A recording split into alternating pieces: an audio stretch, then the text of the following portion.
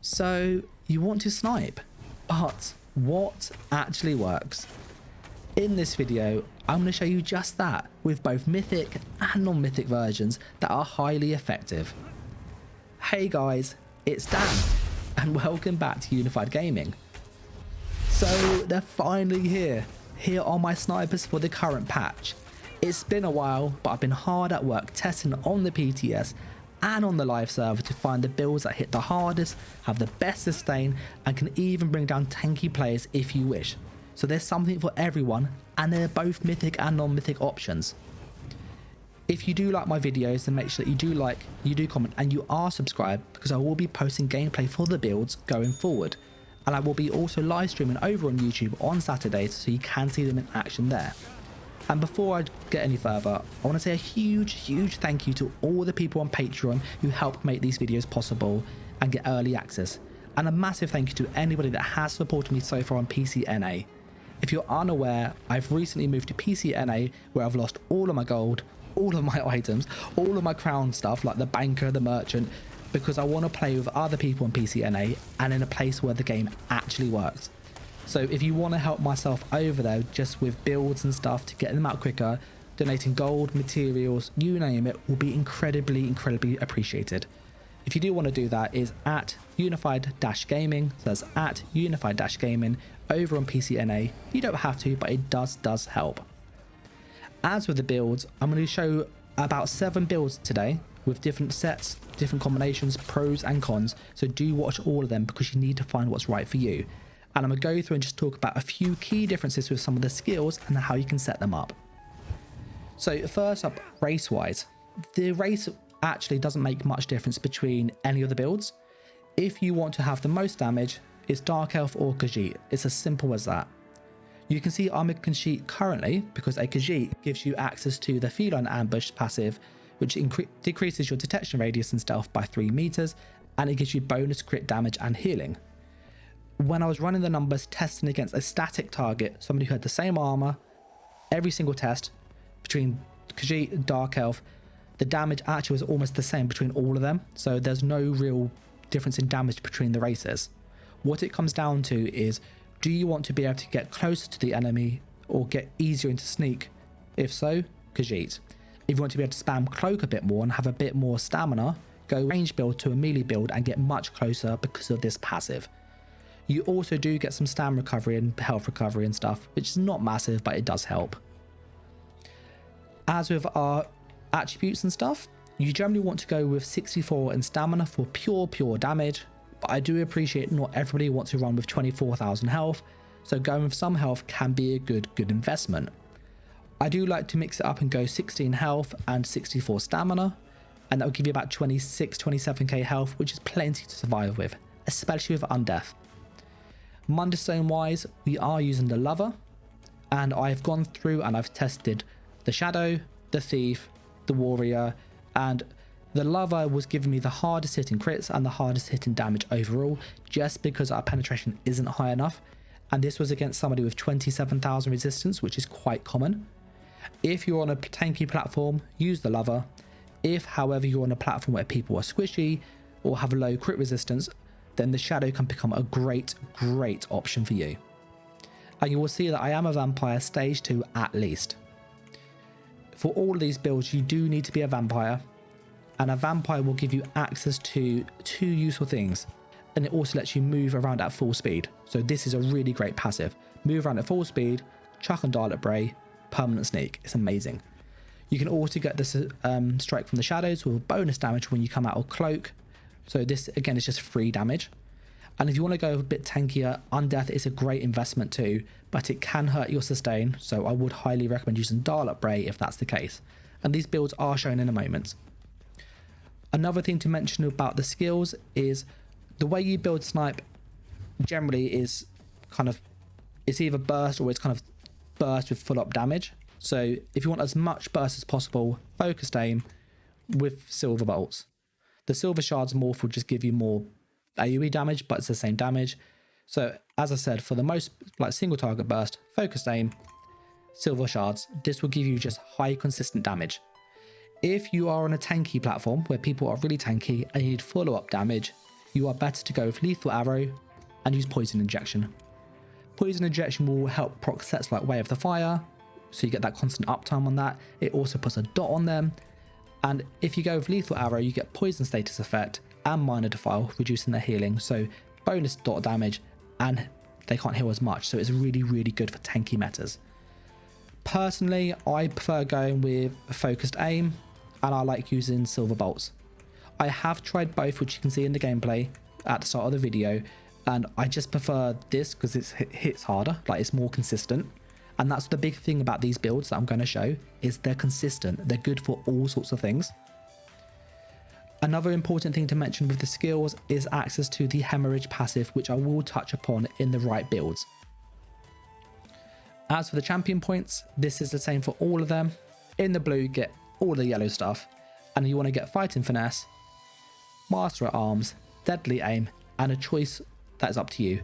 Ocular overload is hilarious because it's basically Fisher's death if you kill somebody. If you kill somebody and somebody's nearby, they take tons of damage. So this is really, really funny. You can also use Ironclad to be a bit tankier, or Jeweler's Rebuff. Personally, I'd go with Ironclad because it affects AoEs and single target and it's direct damage. Jeweler's Rebuff affects obviously single target damage, but both are good options. For the red CP, I personally use Celerity. This is movement speed, it's incredibly useful. Bastion, which is completely madness, I know, but it's bonus damage against shielded targets, so really, really useful. Slippery because it breaks free if you're low on stamina, it just does it for you, and if there's lagging, it does it for you, so it's good. One thing to notice, it's not an instant break free, it's about half a second, so if you can break free yourself, do it, but this will just help you if you're low on stamina. And then Pain's Refuge, if you want a bit more bulk. If you want to kind of mix it up, you can go with the roll dodge one as well. For the green ones, you generally want to have Sustain and Shadows, Steed's Blessing, and then the other two are up for you. I personally go with War Mount and Gifted Rider. If you want to save a bit of gold though, going with something like Rationer is quite good, or Liquid Efficiency is also good. These will save you money on your consumables as they basically last longer or they don't get used. But that's the CP for all of the builds should you wish to go into Cyrodiil with them. And do kind of rest assured that these do work in Battlegrounds, as I show time and time again on stream when I do it on YouTube on Saturdays, as I've said. Now for the builds, I'm going to show you all the different options, and I've set them all up over with the Armourer, so do pay close attention, and if you get any questions, let me know in the comments below. Now for the builds, guys, the first setup is my Shadow build. This is using Way of the Fire and Darlot Bray with Oakensaw. You want to have fire on 2 pieces of the jewellery, and on the chest, and on the bow. You want double dot poisons, and then Darlot Bray on the body with a monster set of choice. You can go Falcon Scoria for penetration, you can go with extra crit chance, you can go with more resources. For the max damage, penetration is the best, and you want all medium if possible because it's the most amount of damage. On the back bar, you can use nothing because you can't swap bars with Oakensaw. You have all infused weapon damage, and for the skills for this build, it is Focused Aim, Silver Shards, Vigor, Race Against Time, Cloak, and Toxic Barrage. This is damage for the burst, heal over time, move skilled plus crit damage, cloak because you need cloak, and just an ultimate for an I win button. This is just disgusting. So Renowned, in my opinion, this is just pushing damage to the extreme. We are using Oakensaw once more, Ring of the Fire, Necklace of the Fire, Savage Werewolf on all of the body. We then have Curious of the Fire, and we have 1 penetration monster piece. It could be Krug, it could be Falcon Scoria. We then used Bow of the Fire and double dot poisons. When you do this, it is worth going to your bow skill and using poison injection. And as I said earlier, you can change focused aim to the lethal arrow if you want the extra status effect, but it is not needed. So it's your choice. If they're healing too quick, change the skill, but otherwise this is pretty much what you do. Again, the skills are exactly the same because we're using Oakensaw. As for another setup, there's a dot version of this. Now the dot version of this is really nice. This uses loads and loads of dots, and it has a monster set with Oakensaw. So what we're doing this time is we're using Celestrix, Savage Werewolf on the body, Trainee, Imperial Wrath, Oakensill, and Imperial Wrath bow. This is loads of dots with the Savage Werewolf, the double dot poisons, the extra damage from Imperial Wrath, but we get the Celestrix proc. The one thing to note with this is that you definitely want poison injection, because this will proc that Celestrix every time it's on cooldown, like it goes off cooldown, and it's just a really nice skill to have. So that is a really good setup for that. Just high dot damage, high damage, but she wants to set in the build. Another setup which is kind of no mythic versions. So I know people go, what about people without mythics? Well, this is what you want to do. If you don't have a mythic, you want to use Way of the Fire with Savage Werewolf for the max damage. Use the Vate 2H on the back bar. Defending is best in slot, and you can use any one that you want. I've gone with Axe because I'm a Khajiit and I get bonus crits healing, so Axe, it just pairs nicely with the passives. Double dot poisons again, and you want to go all fire and all infused. The one thing to note with fire though, it does come healthy, and so you do want to transmute it to infused if you can. So I've left it there just to kind of point that out, because it's really important to get that infused damage, or go swift if you want bonus speed. If you don't have a mythic but you want to use shadow and you want to sort of sustain with shadow, then for this you use a very similar setup. Again, it's fire, dial up Bray, Celestrix, Vate 2H, fire on the front bar. This will give you loads and loads of just consistent damage. Fire is better than Savage Werewolf because it can crit that first piece on the combo. So when you do your combo, you get that 2,320 crits. So it ends up being a more burst, which is what you want. If you don't want to use heavy armor though, and mess around with jewelry and stuff, you can just go Savage Werewolf instead, and it's just as good. The advantage of Shadow, as I've said, is that you get the crazy sustain. So that's really, really good. Now, there's a few other mentions that I just need to mention, like sets wise, that can be good. One popular set, which I know some people recommend, is Scavenging Demise.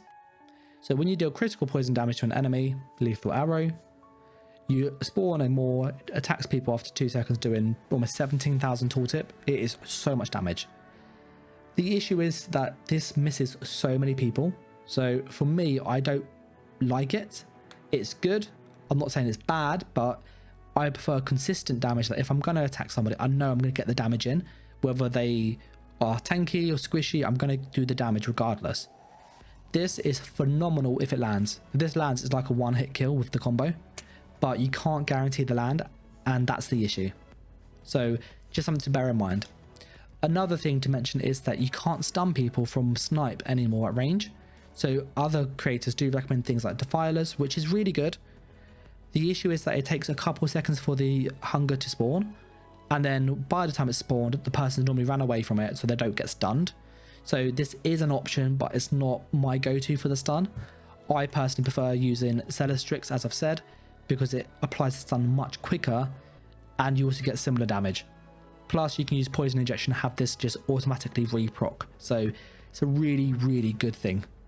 And the big advantage is it's an AoE as well. So yes, it takes a second or so to proc, but because it's an AoE, you're more likely to catch them when they're on the edge of it. So that's why I use Celestrix. But that's all of the builds, guys. So what are the pros and cons to each one? Going from the top, a Shadow is the best for sustain and just burst. If you go Shadow with the monster set as well, this is good because it gives you the stun and it gives you the sustain. You are lacking a little bit on the damage, but you do get that stun in, so this can be really fun to play. For max damage, the Bowgank is the best, but your sustain does get hurt. Same with the other version of the Bowgank. The non-mythic versions, you have a similar setup. You have loads and loads of just damage, but you don't have the mythic bonuses. The Bowgank without the mythic, you do need to use sustain skills on the back. So you do need to use Deep Thoughts and Leech and Strikes. As for the Shadow on the back bar, you can change a few things up on this. You want to have all the same front bars: Lethal Arrow, Silver Shards, Camo Hunter, Relentless Focus, Cloak, and Toxic Barrage. And on the back bar, you want to have Leech and Strikes. You can change Deep Thoughts if you want and go to the support skill line, get Revealing Flare, and this will give you major protection whilst you're on the back bar. It means you've got major and minor protection, making you tanky indeed. So this is a good option for the Shadow non-mythic version. And for the alternatives, as we said, they give you just really high burst if they do land, but you can't guarantee it. So those are the builds guides. There's been a ton of testing gone into this. It's ridiculous how much I've been testing this on live, on PTS. So I just want to say a big thanks to Tinfoil Knight who helped just with the testing. We spent about 2 hours on stream going through different sets, different skills, different combos. It was just fascinating, but also very, very tedious. So a huge thanks for him just helping to do that. And I'm going to say a massive thanks to all the people on Patreon as well who just help make these videos possible. So if you want to support myself to keep doing this, to make more videos, do consider supporting on Patreon or on PCNA in-game at Unified-Gaming. But I'm going to wrap this video up here because it is long enough as it is. So a huge thank you once more to everyone that's still here. I'll catch you in the next video or stream. So take care guys, and thanks for watching. Bye!